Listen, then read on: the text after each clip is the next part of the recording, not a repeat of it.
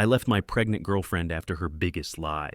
My girlfriend screwed me over a bunch of times and stole cash to gamble. I just couldn't deal with it anymore, so I kicked my pregnant girlfriend out. I'm David, 26. Jenna, who was 22, and I met through friends. She was just getting started in retail and was super into life, which I liked. I had a steady job in IT and had just gotten a small 2-bedroom place in the city. Soon after we met, Jenna moved in, and we started building a life together. I was happy to call that place home. At first, Jenna really wanted to help with the bills, even though I wasn't so sure since we were just starting out. She wanted to pay her share and be an equal partner. I thought it meant she was serious. Jenna made my life way more exciting. She laughed a lot, and she never quit. When we were together, it felt like we could do anything. Then one day, Jenna told me she was pregnant. It made our relationship feel like we were in another place, like we were building a family. Since she was pregnant, we started making plans. We started doing things around the house, even talking about marriage as something we should soon get to. We decided to get married soon, so everything would be set when the baby got here. We thought we'd have a small wedding after the birth with close friends and family. We decided to plan everything out when we could. This gave our home a new feel, filled with joy. We started fixing up the spare room for the kid, picking out colors and stuff.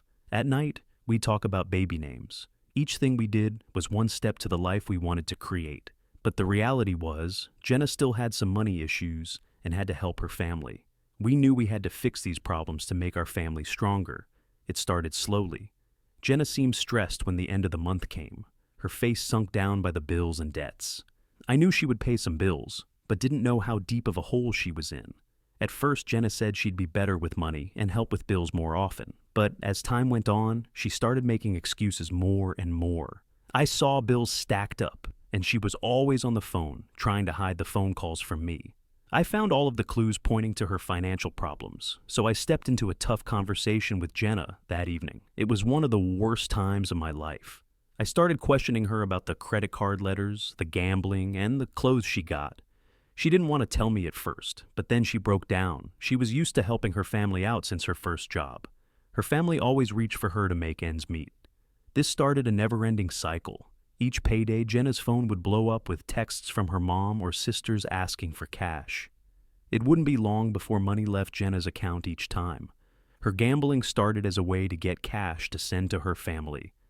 It was a desperate act that went too far, and her addiction started to win over her. She also confessed to giving her gambling wins to her family to make them happy. This really broke our relationship. Trust broke down between us. I was mad and felt bad for Jenna. She was trapped, and her family manipulated her way to gambling. After finding out about Jenna's gambling, I understood we had to solve it.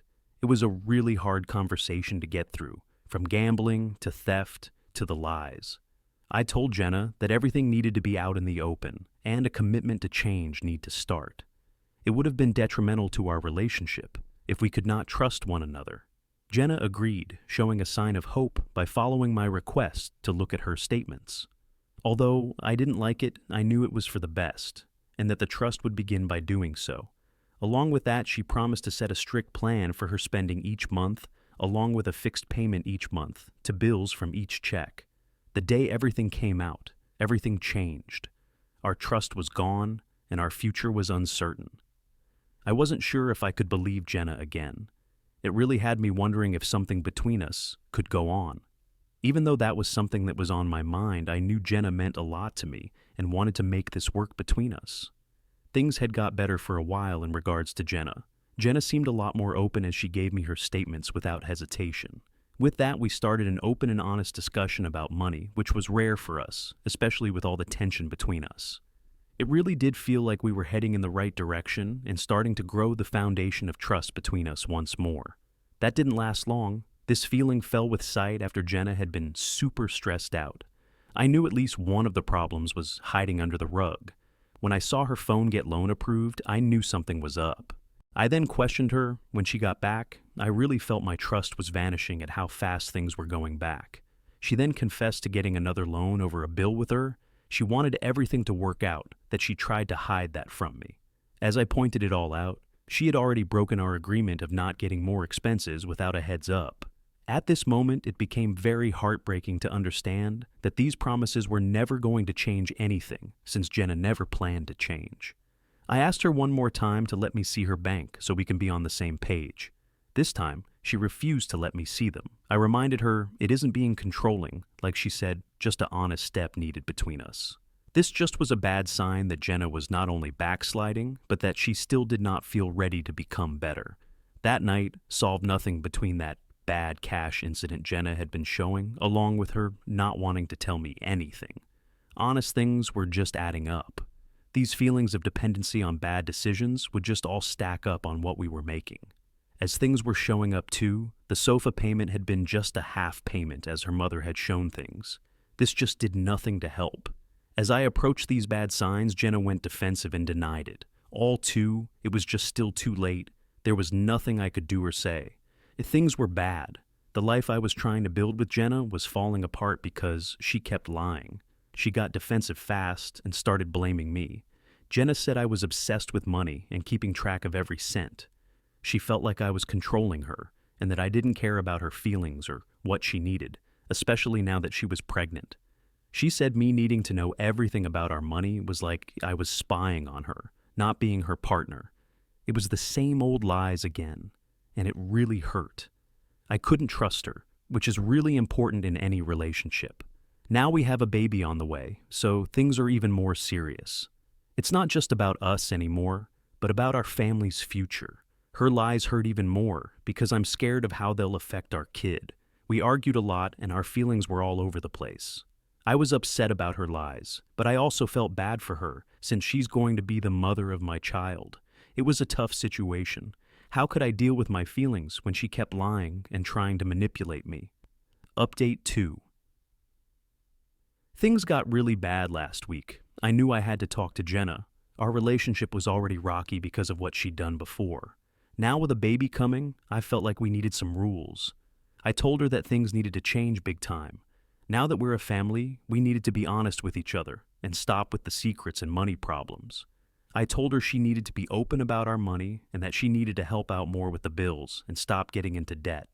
It was causing too much stress between us. Jenna seemed to agree. She said she'd tell me everything about her money, even show me her bank statements. She also said she'd stop spending so much. For a minute, it felt like we were getting somewhere. Maybe things could get better. She moved back in, and I thought we were fixing things. But I was wrong. Just last night, she was in the kitchen, and a message popped up on her phone. It was from a loan company saying she'd been approved for a loan. My heart sank. It was like everything she'd promised meant nothing. I asked her about the loan right away. She started crying and said she was broke and had to take out a payday loan. That really hurt. I reminded her that we agreed she wouldn't take out any more loans and that she should have come to me for help. Jenna said she couldn't pay her share of the bills, even though she has a job. She said she doesn't get paid much when she's sick, which is a lot. I asked to see her bank statements so I could see where her money was going, but she refused and said I was being controlling. She said I didn't need to see them since she already told me what was going on. That was it for me. I think she might be gambling again, or maybe sending money to her family. I asked her a question to show her how serious things were. I said, "What if our baby was starving and we had no food?" She just said, "You'll have to pay." That's when I knew she didn't care about the right things. Then I asked to look at her Facebook messages to see if her family was asking her for money. But she deleted all the messages with the family members who usually borrow money from her. She said she did it to clean things up, but all her other messages were still there. At that point, I knew we were done. Jenna called me a controlling freak, and we haven't talked since. I think her problems come from how she grew up. She either doesn't want to deal with them, or she can't. I know some people are wondering if she's even pregnant. I was so stupid to get her pregnant. I agree, and I've been to every ultrasound, so I know she's pregnant, and it's mine. But she's a liar, so I'm going to make her take a DNA test to prove it's mine.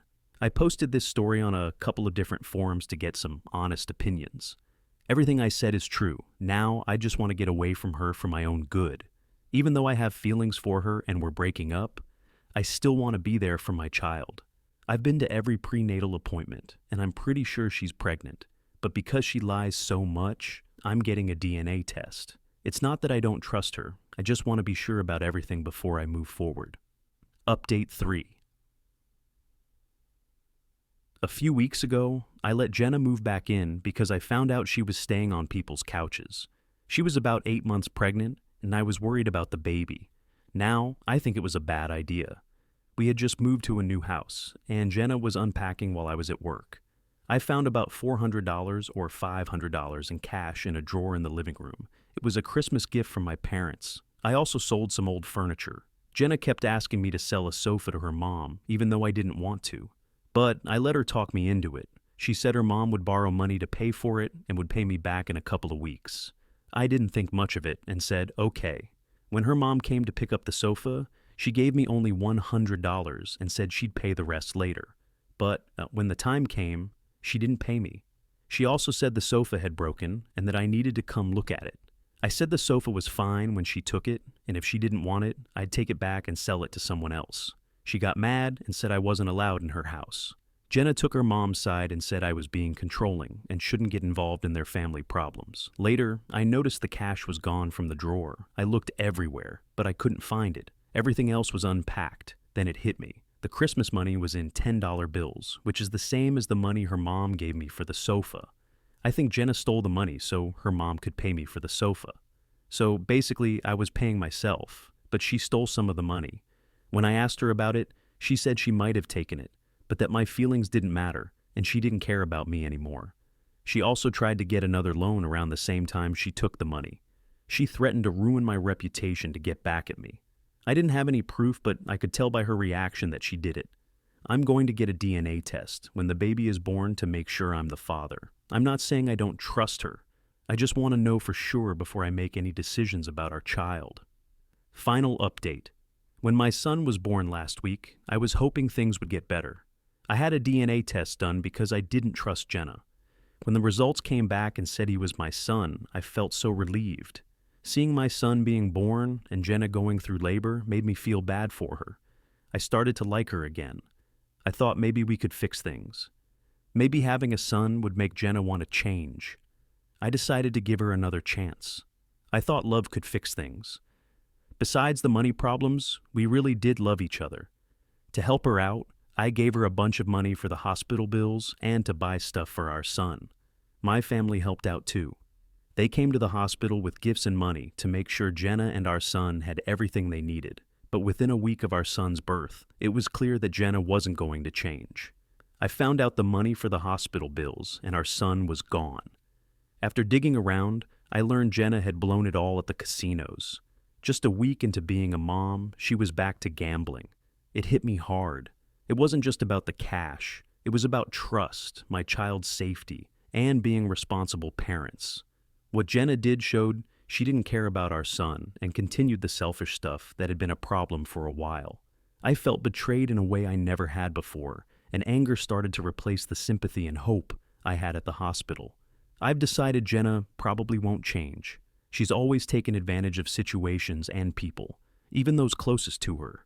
That's when I knew I couldn't let my son grow up with his mom's bad habits messing up his life. The love I had for Jenna, which I thought was solid, fell apart because of her constant lying and not being responsible.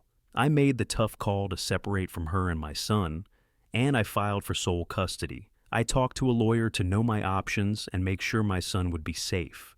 The legal fight will be hard, but I'm determined to give my son a good, safe place, away from the chaos Jenna brought. At the same time, I started setting up support. I told family and friends what was going on and got their support. They were upset but ready to get us through it. I also started going to counseling to deal with the anger and betrayal, so those emotions wouldn't mess up the relationship I want with my son. Looking back at our relationship and how it ended, I see how much Jenna's actions have hurt me, but this whole thing has made it clear what matters most. Now, my focus is all on my son, his happiness, his future, and his well-being. It won't be easy, but I'm also excited to watch him grow up without the problems of a bad relationship. The love I had for Jenna might not go away completely, but I need to protect my son from her bad choices above all else. I know I'm doing what's best for my child.